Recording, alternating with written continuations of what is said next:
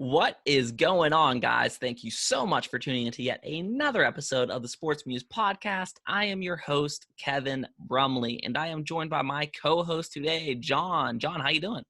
Doing good. Talking football, so all good. I like it, man. I like it. We're talking a little bit off the air, man. I'm hoping this season takes place. Obviously you want everyone to stay safe, but man, I need football back in my life. I need it. I need it bad. Yeah, definitely. It is crazy. Just, having no sports. Fantasy takes up such a big part. Like every morning, you're checking your rosters, and it's just so weird not being able to do that. I'm with you 100%. We've broken down the AFC East. Right now we're doing the Dolphins. So Fins, Dolphins, I got this Merino helmet right here, Pitt Dolphins. Drop your season predictions in the comments. Click like, click subscribe, show some love, man. I want to hear what the Dolphins think of their up-and-coming franchise, man. So we look at last year. We talked a little bit in the Bills episode that, the Dolphins were trying to tank, right? And they end up kind of over-exceeding of what they thought they were going to do. And they end up going 5-11 last year, which, I'm sure they end up getting their guy. They got Tua. But I think it's interesting that they kind of overachieved. And I think that shows how good of a coach Flores is and some of the talent they do have on that team because, you had to be kind of scratching your head. They gave away, Minka. They gave away Tunsil. But they got good returns and whatnot.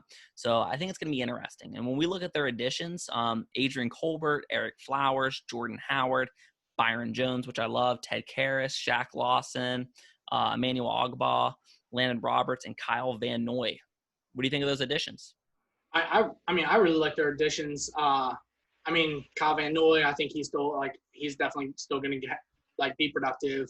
They got Jordan Howard, Matt Breida, Shaq Lawson. I really like all their additions. Oh, I completely agree. And man, I like the Xavier Howard, Byron Jones tandem on the corners. Woo! I like that a lot, man. Yeah. So let's get into their departures. Wolford, Webb, Boehm, Chris Harris, Taco Charlton, Aqib Talib, and Rashad Jones. I don't feel like they lost a ton. I don't know. I feel like you have to be pretty happy. Yeah, I think they lost. I guess if they still had Mink on the team like that, it would definitely look a little different. But I think that was the big part when they traded him last year. It was kind of like, oh, they definitely are tanking and not trying to win. But then it seemed like they were trying even harder after that. So, definitely like their additions more than their departures this year. Then we get to their draft picks in the 2020 draft. They got Tua, their guy of the future. Austin Jackson, Noah. I have no idea how to say his last name. Yeah, corner. Let's leave it at that. Robert Hunt, Raekwon Davis, and Brandon Jones. With that much firepower in the draft, I think they did a good job to round out their team. Their secondary is strong, even though, like you said, they lost Minka, the ball hawk. But I like those corners. Tua, who's a guy who, if you're a Dolphins fan, I don't know, you probably don't want to see him play this year. Or you don't want to see him until late in the season. Let him rest up, let him learn the playbook, and let him kill it in the future, right? I agree with you. I think it's crazy that it was kind of like tank for Tua at the beginning of the year, and then they ended up with pick 5 and still got Tua. Right. So, but I agree with you. If you have someone like Ryan Fitzpatrick teaching Tua, he's been around the league, been behind and with so many smart quarterbacks. He has to be able to mentor and be a great leader for other QBs. So I think having him play behind Tua, at least for the first half or the whole year, I think that would be great for Tua. And I'm with you 100%. And when we look at their roster, how I said, I really like their D. I like what Brian Flores is doing down there. With the good D, I think, when we do see a Tua, I think it's going to help him out. You could see maybe, if he comes in halfway through the season or next season, you could see very much of that Ben Roethlisberger rookie season where they kind of really try to keep the game manageable, good defense, and just have him slowly grow instead of just throwing him to the fires and maybe ruining him for his career. Because we don't know how injury prone Tua is. I love his talent. Besides injuries, I think he's the best quarterback in that draft. I like him more than Burrow personally. So it's definitely going to be interesting. What do you think about the roster? I like it a lot. I just think their targets for, I mean, whoever's playing for Tua potentially, or Ryan Fitzpatrick. I mean, they have Matt Breida. Preston Williams looked solid last year. Devontae Parker, I mean, obviously really took a step up. I mean, I think everyone always thought he had the talent, but then finally we saw it last year. And then, I mean, Mike Gesicki is probably going to be huge in the slot. So I just imagine, like, their targets are just so much better than they have been in the past. And I agree with you. I always thought, like, people always, crapped on Devontae Parker. I liked him. I just thought he was a guy who wasn't getting a lot of playing time when Gase was there. Again, we talked about Gase just last episode.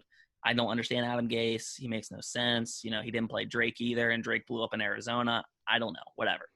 But I thought Parker had the talent, and Gesicki kind of started coming on a little bit stronger at the end of the season. So I agree with you, man. I do like those playmakers. What is your biggest question mark for the Miami Dolphins?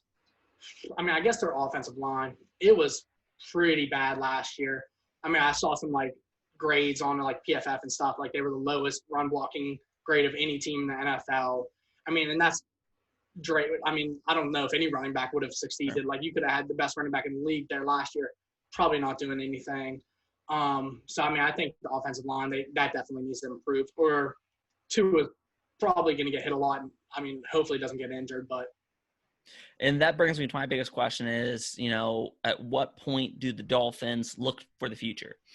They're probably not going to make the playoffs this year. And I don't mean that as disrespect, but they're still rebuilding. I think if they have a similar season, maybe 6-10, 7-9 record, I think that Dolphins fans would take that as a positive sign. So it's a question of when they turn to the future. When do they, stop with the Fitz magic and turn to the next guy, man? When do they go to Tua? How do you think they stack up in the AFC East? I think I have them finishing third in the AFC East at the moment. I mean, I like the team, definitely an improvement, but I just think compared to the Bills and the Patriots, it's just, I mean, not something that they're going to be able to compete with those top end teams, but definitely improving. I mean, hopefully they can, just take another step forward and get even better next year. But I just don't think this year it's not going to be their year this year. And I agree with that. I actually had them before the Patriots got Cam. I had them finishing second in the division. I had them better than the Patriots. Like I said, I just like that team, and I kind of like their attitude.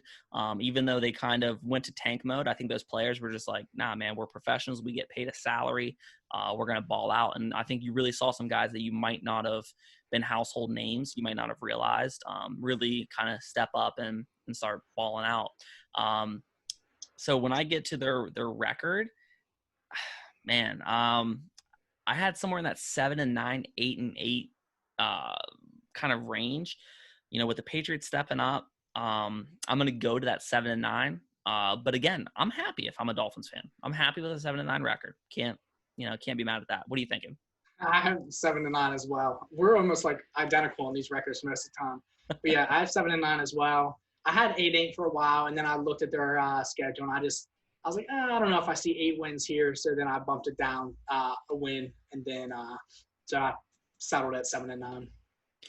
Do you have any parting shots for the Miami Dolphins? Yeah, this is more fantasy-wise, but I think Mike Gesicki will finish as a top 7, maybe top 5 tight end this year. I mean, he doesn't play much tight end position. He plays in the slot most of the time. But I think he'll definitely finish top 7 tight end for fantasy. And I think he's getting drafted as like the 15th tight end. So, oh, yeah. And that's definitely someone you want to invest in. Yeah, I mean, I know somebody who invested him in Dynasty a few years ago. Oh, that was me. That's right. Okay. I just want to make sure.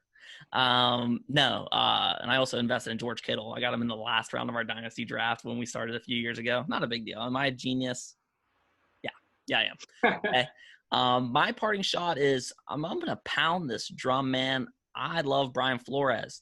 And I'm telling you, Miami fans, if you've kind of, over the losing seasons, over the, recent history, you've kind of started tuning out on the Dolphins, I'm telling you, now's the time to jump back on the bandwagon.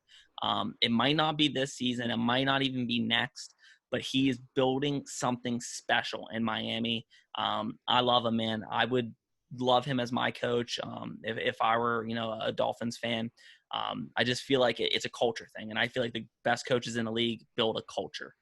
Yeah, agreed. And I think for a little while, he's getting like a little bit of talk for like coach of the year last year. And I know you can't give like a 5-11 team coach of the year, but I mean, to finish 5 wins with that team last year, I mean, I think he should have been higher in the talks. But yeah, I mean, I definitely like what Brian Flores is doing. I mean, and he could potentially be, because he comes from Belichick, and could he be one of the better like Belichick coaches? Because none of them have really succeeded that well. So could he be one of the best ones that come from New England? Yeah, I mean, we talked about in the Tennessee one. I think Mike Vrabel's the best coach to ever come from the Belichick tree. Yeah, And so I even mentioned in that one, I was like, Brian Flores is no joke, though.